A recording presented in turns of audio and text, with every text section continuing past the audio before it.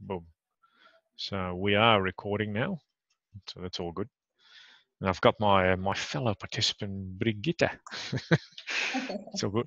Kylie was actually going to show up as well, but she couldn't make it, I think, and there was someone else who wanted to log in, I think, but whatever, it doesn't matter. So just as a quick introduction for you as well, Brigitte, it's the whole idea of questioning why I wanted to run this little workshop, and obviously I got a victim now, so that's good.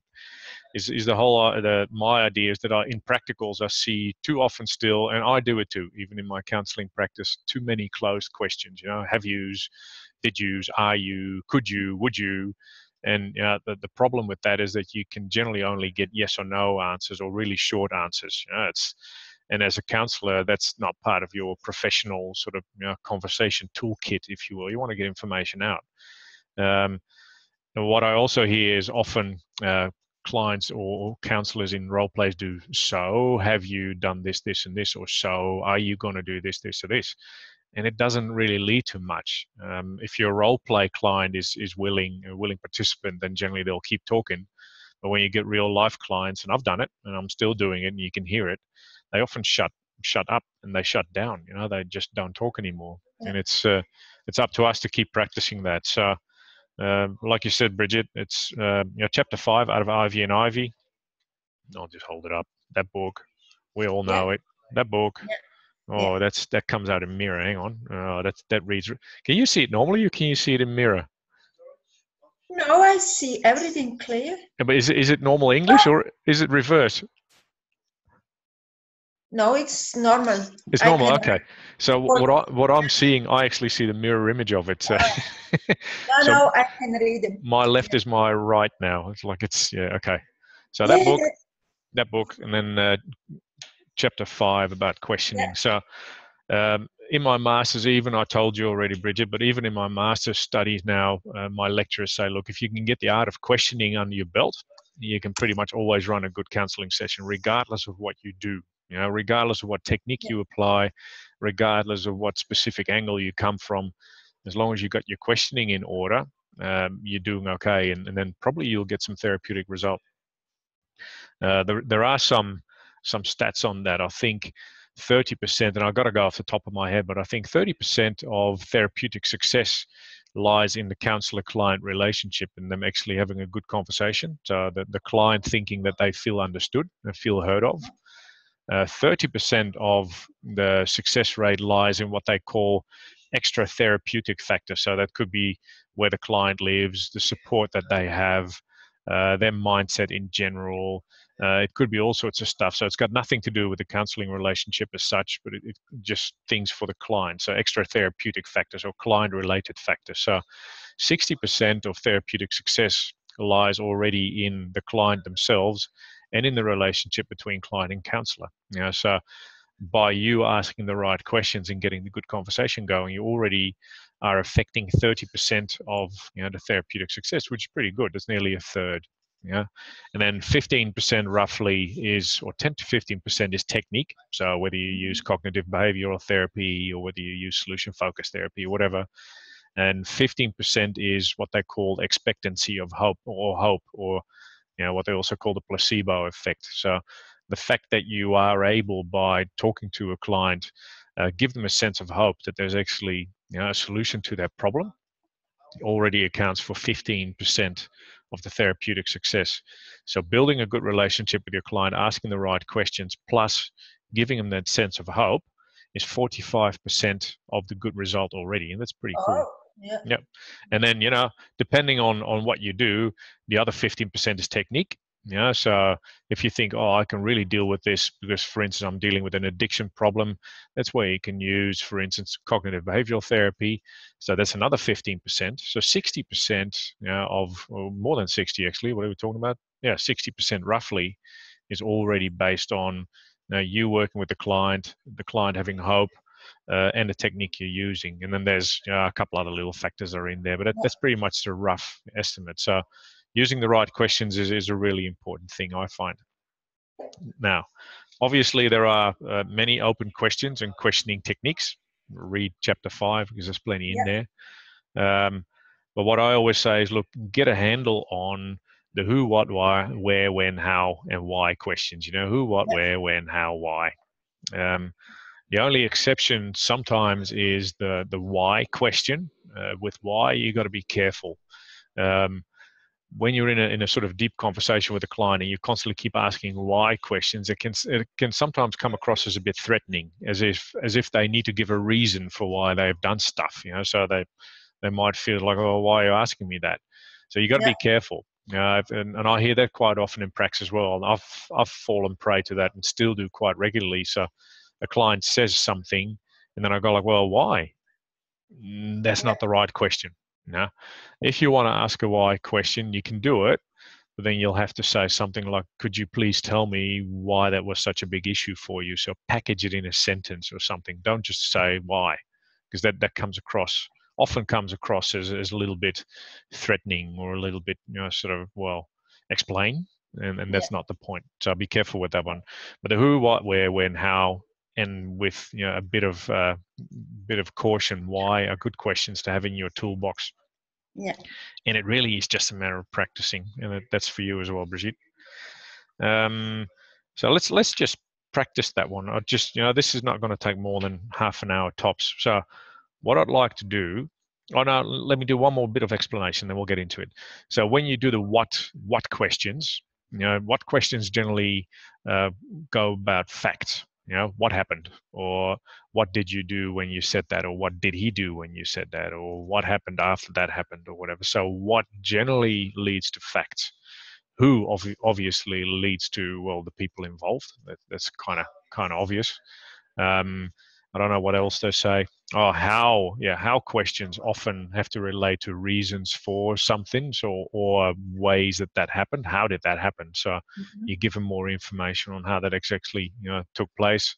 Where is generally geographic, where did that take place, and what else have they got? In the book they actually talk about could, can, and would question. So there's not necessarily closed questions. They are, I think they're a bit closed, but you could make them open. So could you tell me a little bit more about your situation? Now, you think that it's a yes or no answer, but it can actually lead to a good conversation. So that's what Ivey and Ivey talk about. I generally don't often use could and can and would. I'd like to say something, or please tell me about what happened, instead of could you please tell me about what happened. It's like, no, just tell me what happened. And that's a purely open question. Now, one very last thing, and you'll have to do some research on that. That's called Socratic Questioning. Now, Socrates was a Greek. He's long gone. He lived about 500 before Christ, I think. So he's long dead. But they were questions, and I'll do a workshop on that one day. They were mainly, it was really good at finding out more about stuff by asking what there's now called Socratic questioning. So questions that could lead to clarification of problems, that could find out reasons for why things happened, questions about viewpoints and perspectives on things, questions about consequences of stuff, and questions about questioning itself. It's like, what was the point of you asking this question?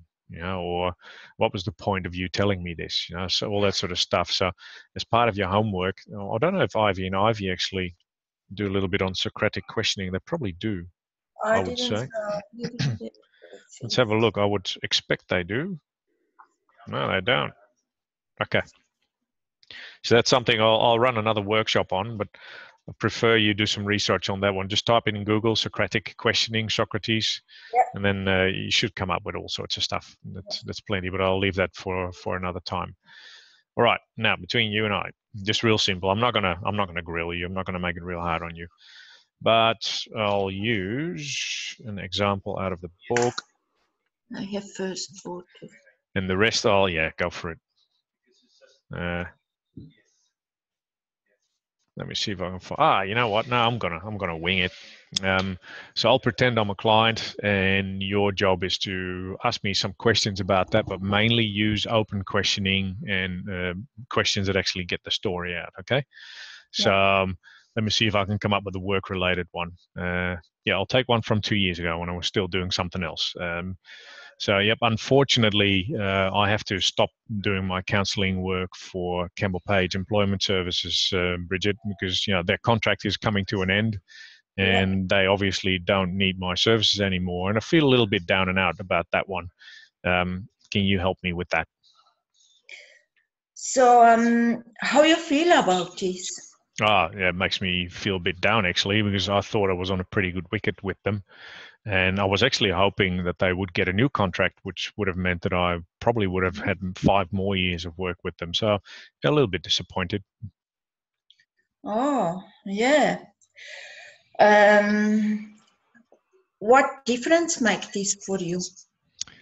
Oh, well, personally, it was a bit of a shock. Not that I felt bad about it myself, because I know I was doing good work there. But it was like, I had my expectations shot in a sense. Like I was hoping for an extra 5 years, and professionally, it made a big difference because I was doing a lot of work for them at fairly good pay.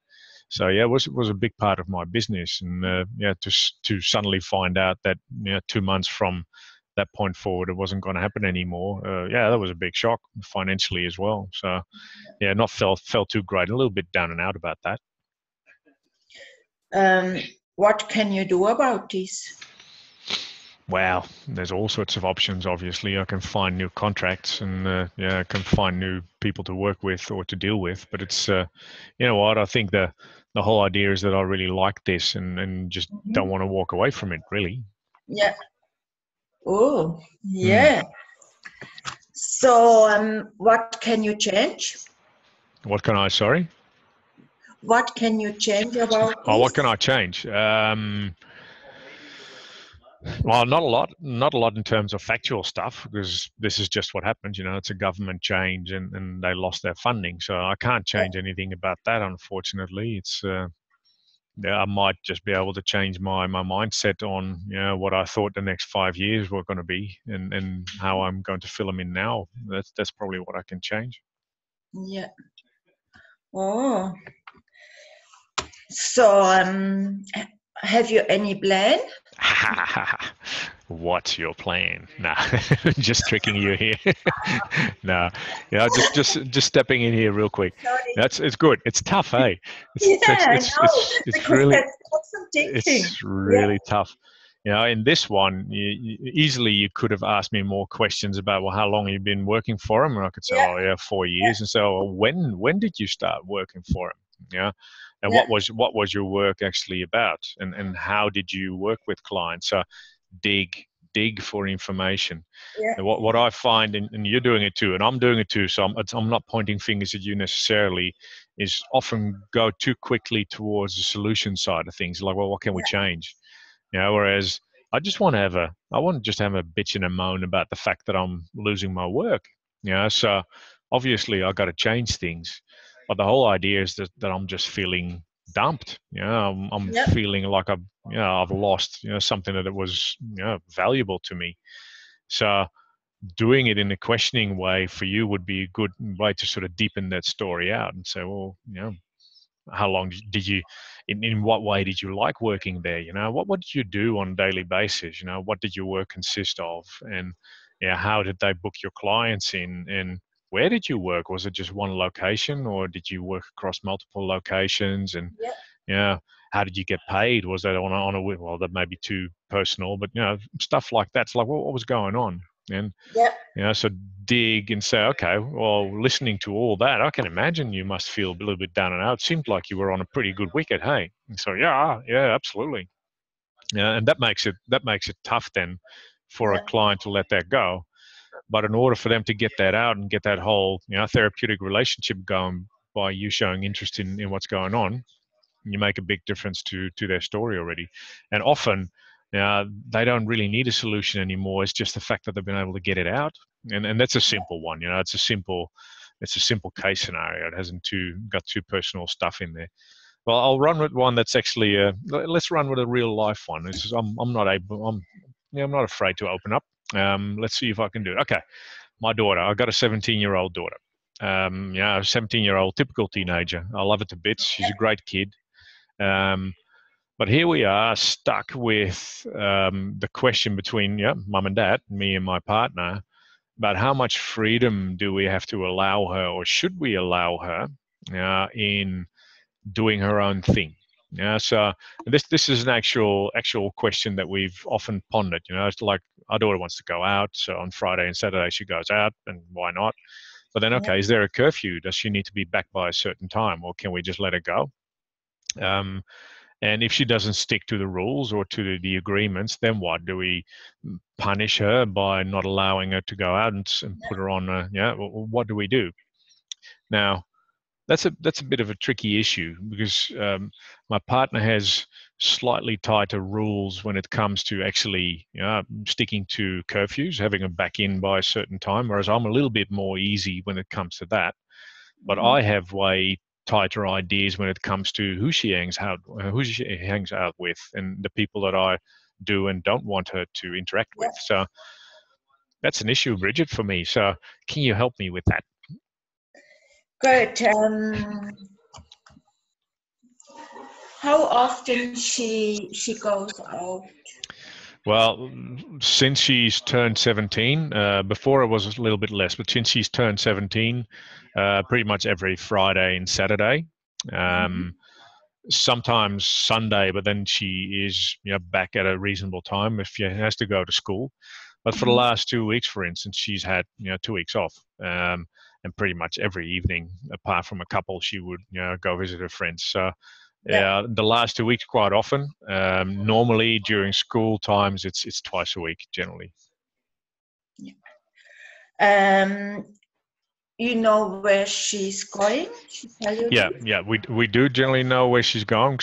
We've come up with a good agreement that she'll text us at least the address where she is. So, and that's cool. Yeah, I'm really happy with that, and she's okay with that. So wherever she goes, she either tells us before she goes away, like I'll be in Budrim or wherever she is, or she'll text us when she's there, like I'm on Bloody Blah Street in Sippy Downs or wherever it is. Yep. So that's good. Yeah. And how you feel about this when she texts you? Yeah, good. Yeah, no, I like that. Yeah, I like that. It's at least we know where she is, and we've always said to her, like, even if she's staying over, she can always ring, even if it's in the middle of the night. If she feels that something is not going right, just ring us. When she's gone, I'll leave my phone on. Otherwise, I generally put it on flight mode or turn it off. But if she's gone, I'll leave it on, and even if it's 3 a.m., she says, "Look, can you come and pick me up?" That's easy. I'll just jump in my car and come pick her up. So that's easy, and she knows that too. So that's a good agreement that I like. It's more the problem that I find. Well, where can we find a medium? Where this works for her, and she feels that she's becoming the young adult that she is, and has the freedom to do whatever she wants. But us still having a say in what she actually does, because she's still only a teenager. Even though she's getting to 18. There's still a couple of things that I think we know more of than she does, pure based on experience. So it's tough to find that middle ground, if you will. And can you trust her? Yeah, I think I'm pretty sure I can. No, that's pretty good. We've always been pretty open, and have taught her that honesty lasts longest, as we say in Dutch. It's always the case. And she's pretty good with that. I haven't caught her on any fibs or lies yet, and I don't think it's going to happen. What would be what have you in mind? Would you like to change something? Or? That's a closed question. Not necessarily. Well, no, you know what? No. I like the idea of her becoming freer and freer. That's the whole idea, and that's been our raising of her as well. It's like always trying to give her as much independence as she could, as we thought was okay. So I like the idea that she's becoming more independent, because that was our whole plan from the beginning. I do realize that as a teenager, she just doesn't have the full picture yet of what could go wrong, even though she might have a fairly big picture already, but there's still things that she just doesn't understand or hasn't got any experience with. And that's where we go, like, well, how far can we let this go? Do we have to allow her to go out every night, by which she comes completely exhausted, in school, because she still has to put in schoolwork, and then her grades go down? Or do we say no? We put a stop to that. And school days, you just have to come home because we know better. I find that a really tough. It's a tough grey field. Yeah. Yeah, so I'm not sure what to do about that one yet.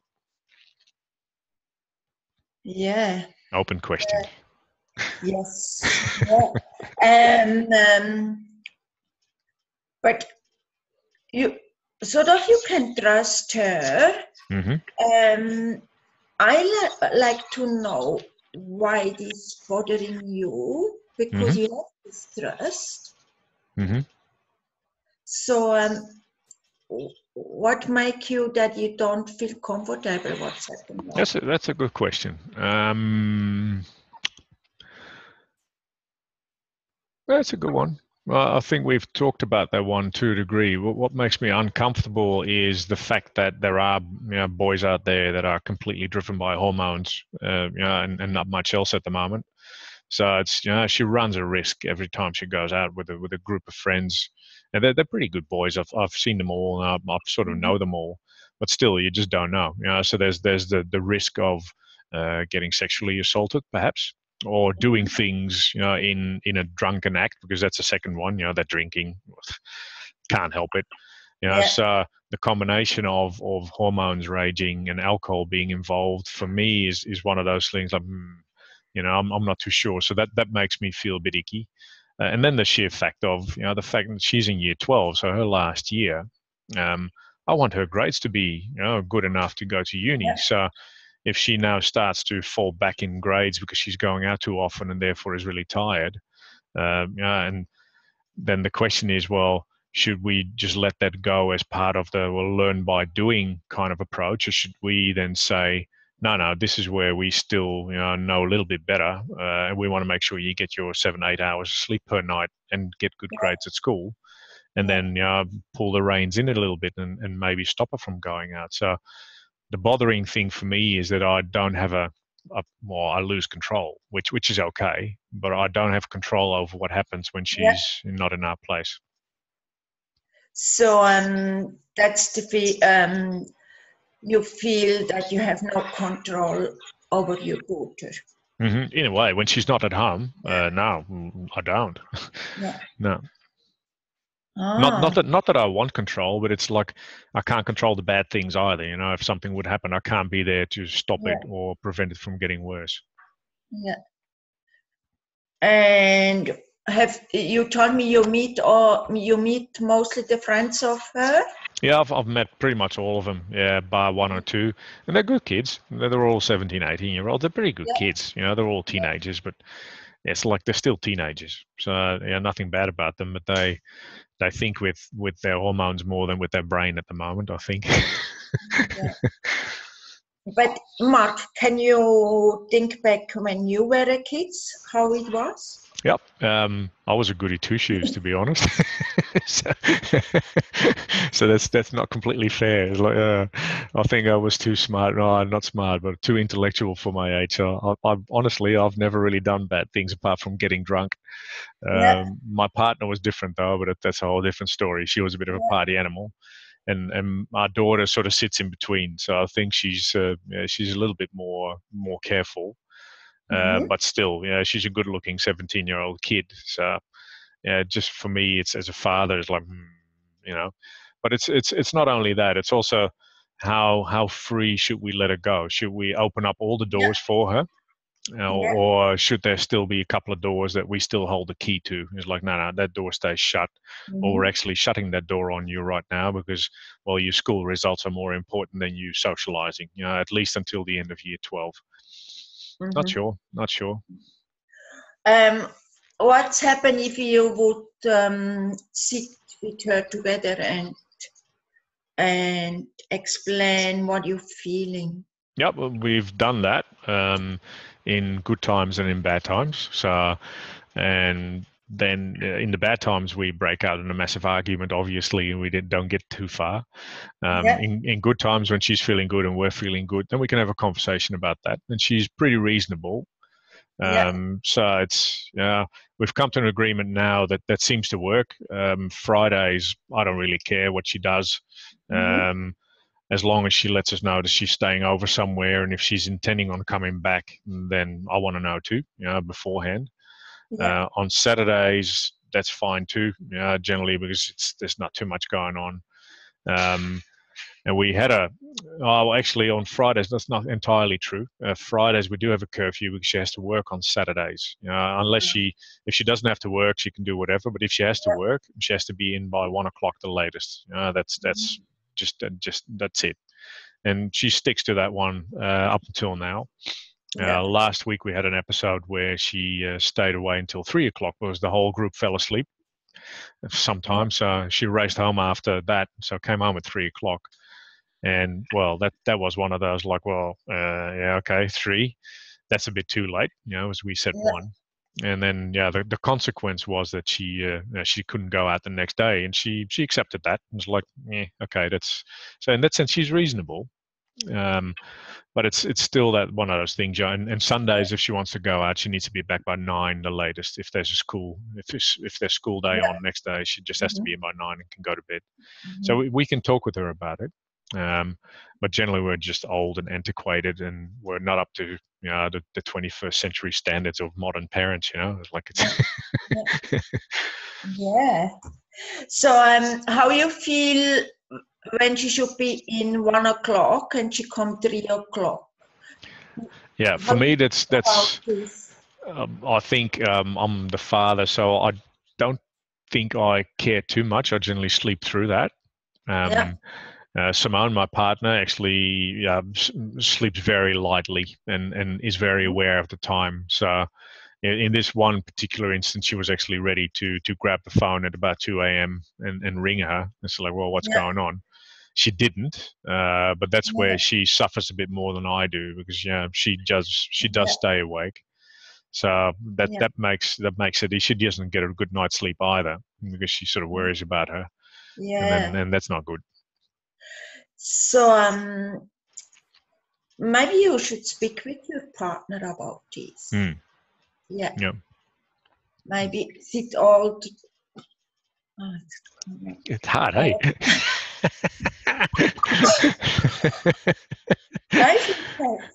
So you know what, this one, hey, and I'll look at the clock as well, Bridget. But you're good. You're doing all right. I know it's a conscious effort. Hey, it's just working that stuff. A good one could be is like, well, what have you discussed about this with your partner yet? Or if you want to do it in a closed but also open way, like, have you discussed this with your partner yet, and what came out of that discussion? So it's a closed question plus an open one in there.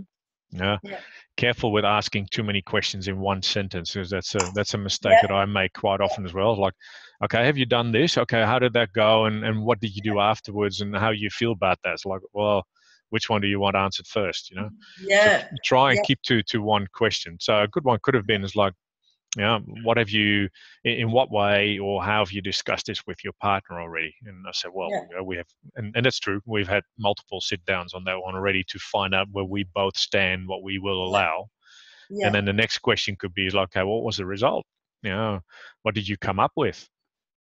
And I would tell you that, which is, Fridays, 1 o'clock if she has to work.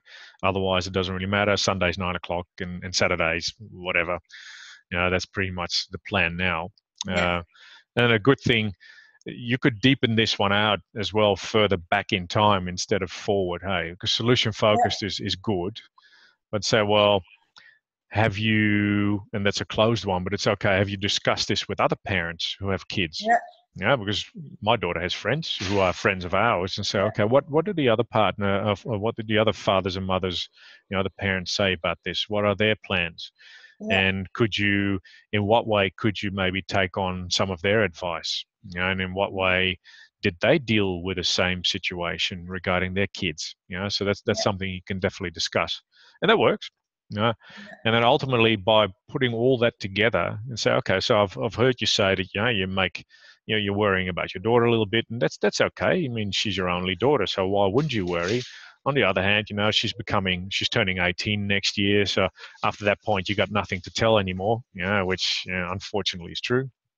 And so right, so in that in between period, From what I've heard you say, that you already had conversations with your partner, you've already had conversations with her, you've talked with other parents.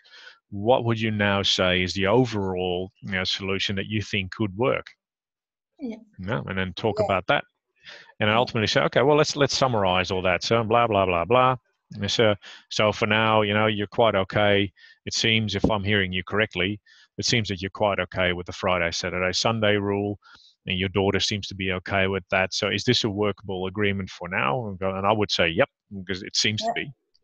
And I said, well, how do you feel about that one? I said, well, I feel quite positive. It's like we got a working agreement going on with that one, and our daughter seems to stick to it. So I'm quite happy. And you go, great. How do you feel now? It's like, yeah, I feel pretty good. And that would be it. So careful, hey, for you, and that's now I'm pointing fingers at you. Careful not to jump to solution focused too much, as in, okay, here's the status quo.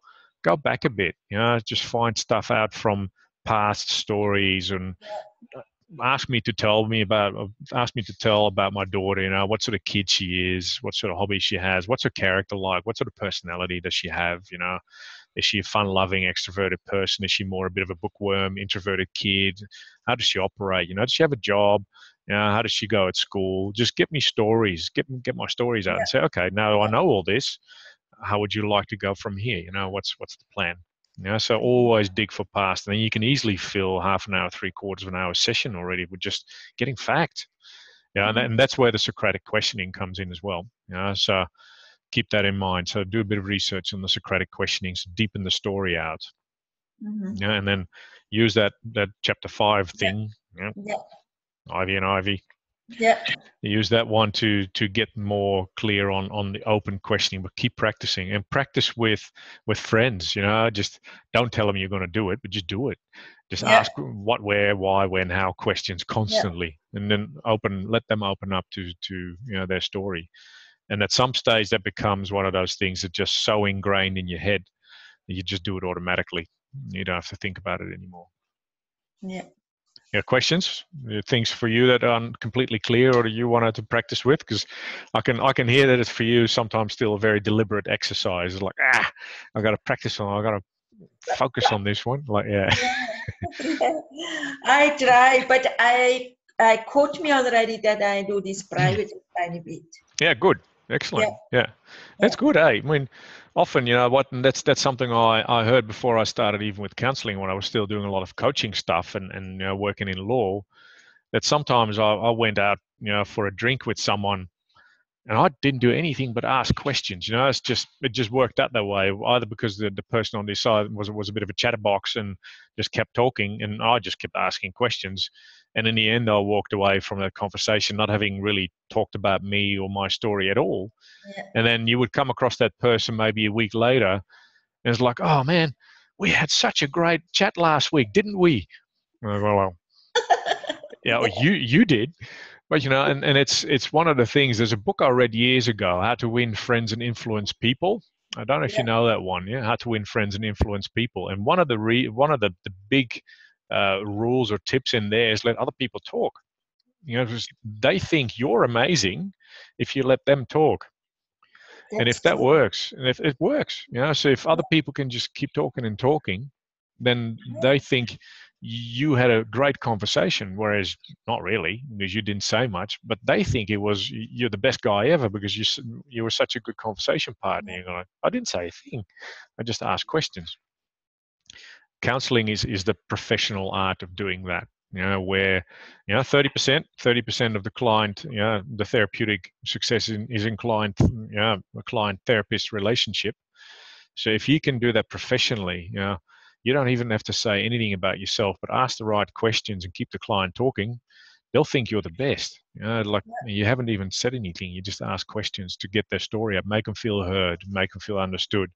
Finally, someone who listens to their story, who actually has an ear for what's going on in their life, and they think you're the best, whereas you haven't done much. Well, you have, but in a very professional, specific way. So practice on that one. Yeah, it's a good book. It's not an easy book to read, How to Win Friends and Influence People, but it's a good one to have. I will write it. Yeah, I will write it down. I'm not sure. It's either from Dale Carnegie, Oh, someone how to win. Maybe I've got it wrong. Hang on a sec. There must be a PDF on that one. Is it? Yep, Dale Carnegie. Yeah, How to Win Friends and Influence People. It's a classic. It's a really, it's an old book, but it deals with human interaction, so it's still current. It's very current. All right. Questions? Yeah. No, I know I must still improve me. I know this. Yeah. Me too. Like I'm still working on it, and we all do. And that's good. As long as you know it's an improvement game and you can track your own progress. So realizing that you're getting better at it as you do it, and it's all fine. You know, it's that conscious awareness of knowing that you're doing it, getting better at it, realizing that you're actually doing better at it constantly, and then making a difference that way. So no, it's all good. Yeah. All right. Good. Yeah. Cool. All right. I'll stop recording on this one. If I can find that. Oh, here we go. Stop recording. So yeah, you're still on here, Bridget. I'll just stop recording. No, it's still recording. Yeah.